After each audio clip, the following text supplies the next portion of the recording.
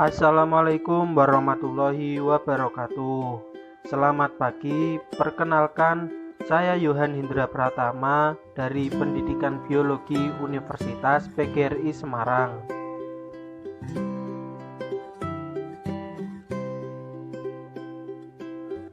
Pada pertemuan kali ini kita akan belajar tentang pencemaran lingkungan.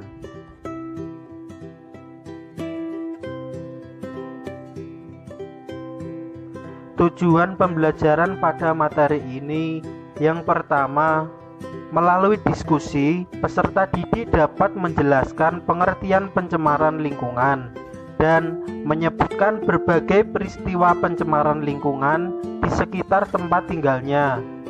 Kedua, melalui diskusi, peserta didik dapat mengumpulkan informasi serta menganalisis penyebab dan dampak, merumuskan masalah serta mengajukan penyelesaian masalahnya. Ketiga, melalui diskusi, peserta didik dapat membuat laporan tentang penyelesaian masalah pencemaran yang terjadi di lingkungan sekitar.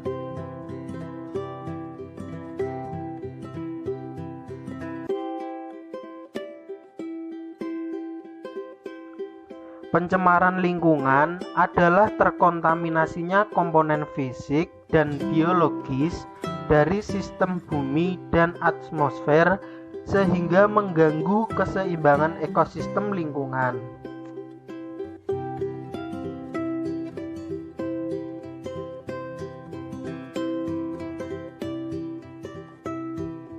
Polutan itu apa? Polutan adalah zat dan bahan berbahaya penyebab polusi. Polutan ini dapat berupa zat kimia, debu, suara, radiasi, atau panas yang masuk ke dalam lingkungan. Suatu zat dapat dikatakan sebagai polutan apabila kadarnya melebihi batas normal atau di ambang batas, berada pada waktu yang tidak tepat, dan berada pada tempat yang tidak semestinya. Berikutnya, faktor penyebab pencemaran lingkungan.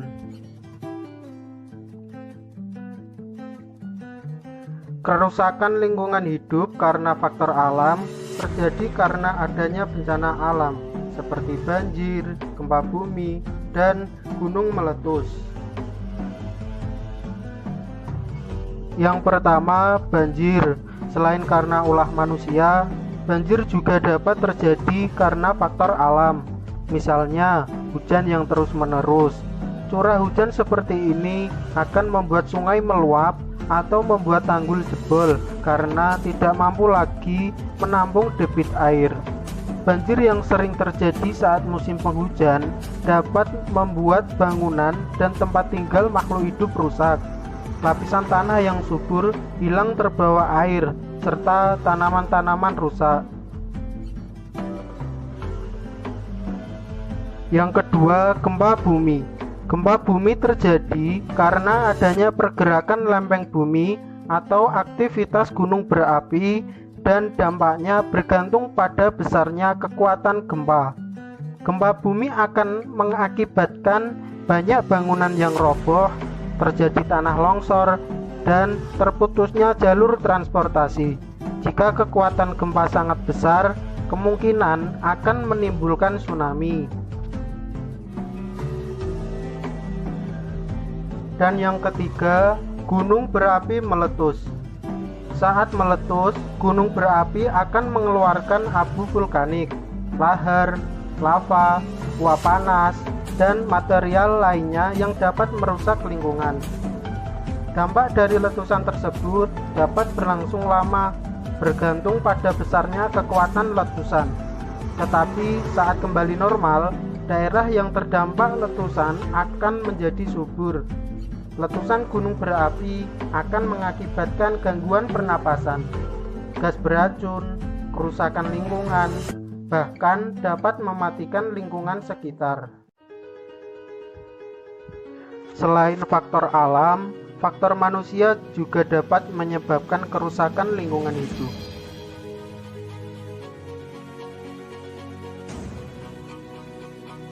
Yang pertama, membuang sampah sembarangan. Saat ini, masih banyak orang yang membuang sampah sembarangan, terutama di sungai. Hal ini akan mengakibatkan banjir jika musim penghujan tiba.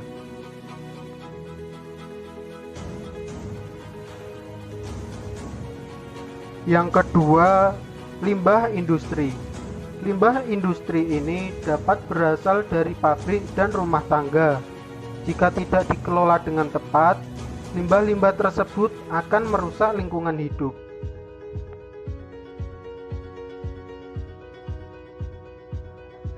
Dan yang ketiga, menebang hutan secara liar.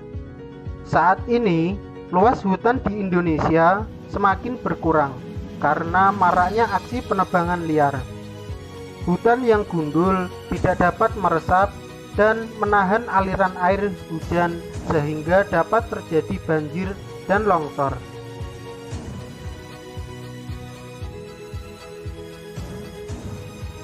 Itulah faktor-faktor yang menyebabkan kerusakan lingkungan hidup.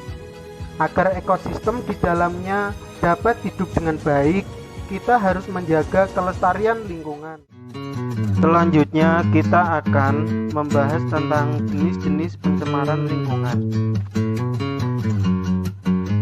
Secara garis besar, jenis-jenis pencemaran terbagi menjadi 3, yaitu pencemaran air, pencemaran udara, dan pencemaran tanah. Air dikatakan tercemar apabila air itu sudah berubah, baik warna, bau, maupun rasanya. Pencemaran air yaitu masuknya makhluk hidup, zat, komponen lain ke dalam air yang menyebabkan air tidak berfungsi lagi sesuai dengan peruntukannya.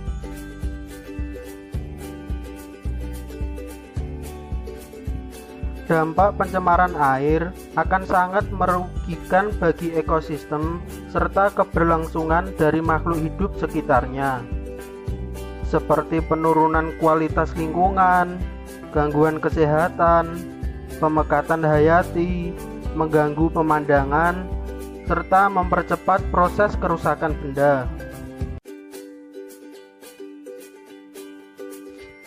Udara mengandung senyawa-senyawa dalam bentuk gas, di antaranya oksigen yang amat penting bagi kehidupan.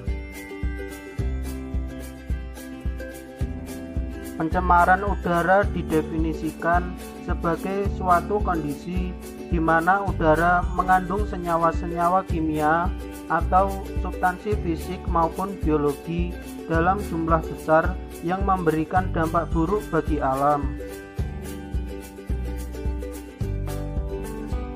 Pencemaran udara terbagi menjadi 2, yaitu pencemaran udara primer dan pencemaran udara sekunder. Pencemaran udara primer disebabkan langsung dari sumber pencemar.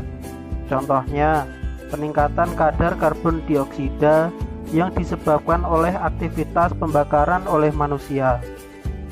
Pencemaran udara sekunder disebabkan reaksi antara substansi-substansi pencemaran udara primer yang terjadi di atmosfer.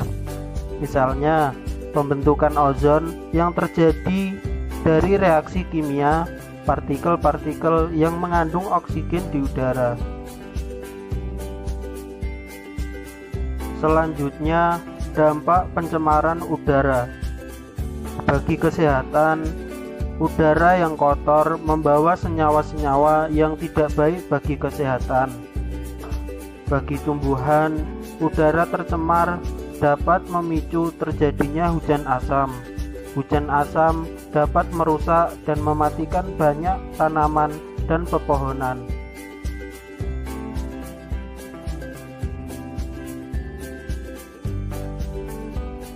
Dampak pencemaran udara berikutnya, efek rumah kaca.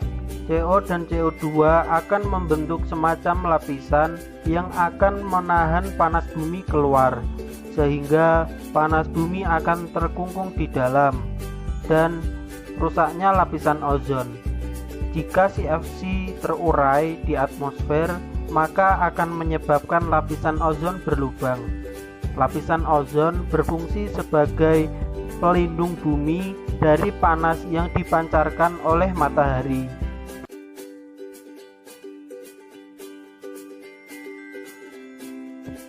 Pencemaran selanjutnya yaitu pencemaran tanah. Pencemaran tanah adalah suatu keadaan di mana bahan kimia buatan manusia masuk dan mengubah lingkungan tanah alami. Pencemaran tanah biasanya terjadi karena kebocoran limbah cair, penggunaan pestisida, air limbah dari tempat penimbunan sampah, dan limbah industri yang langsung dibuang ke tanah. Dampak pencemaran tanah bagi kesehatan, contohnya timbal dapat menyebabkan kerusakan otak dan ginjal. Raksa dan siklodiena dapat menyebabkan kerusakan ginjal. Mengganggu ekosistem. Pencemaran tanah dapat memusnahkan beberapa spesies primer dari rantai makanan dan memberi akibat yang besar terhadap predator atau tingkatan lain dari rantai makanan tersebut.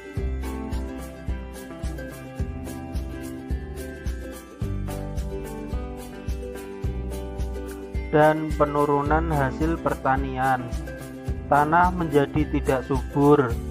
Tumbuhan tidak dapat hidup dengan baik di lahan pertanian.